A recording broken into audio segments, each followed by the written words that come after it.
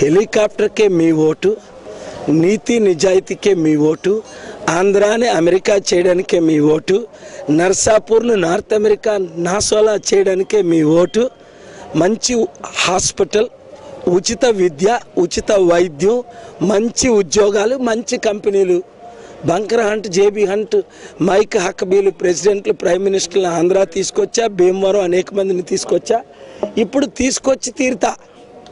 ఇంకంతే. మీకు అనుమానం లేదు, నాకు అనుమానం లేదు. అందరూ మన హెలికాప్టర్కే ఓటేయమని, మీరే రిప్రజెంటేషను, మీరే బూత్ కమిటీలు. చూసారా, మనకి బూత్ కమిటీలు కూడా లేరు, విలేజ్ కమిటీల వరకు అయిపోయారు.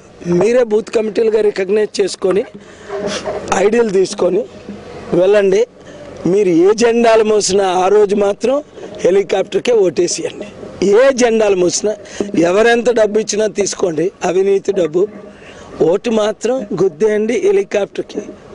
వాళ్ళు తిరుగుతున్న హెలికాప్టర్కి. జగను, చంద్రబాబు, పవన్కి ఇంకో గతి లేదు, మన హెలికాప్టర్ గతి. నేనేమో బై రోడ్డు తిరిగేస్తున్నా. వాట్సాప్లో మీరు మెసేజ్లు పెట్టుకుంటున్నారు, యూట్యూబ్లో పెట్టుకుంటున్నారు, అంతా చాలా బాగుంది.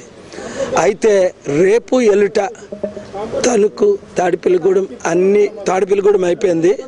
ఈరోజు నర్సాపూరు, రేపు ఆ ఫోన్లో ఉంది. రేపు అనుకుంటున్నాను, ఎక్కడ బాబు రేపు మనది క్యాంపెయిన్? రేపు ఎక్కడ మన క్యాంపెయిన్? తణుక అనుకుంటున్నాం.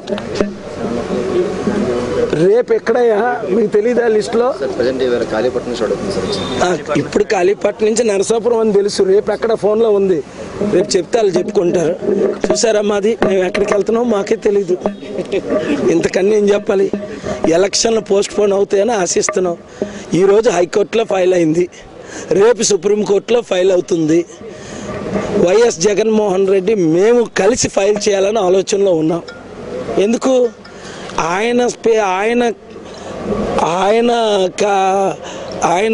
కాన్స్టిట్యున్సీలో మా 38 మంది సభ్యులు ఉన్నారట.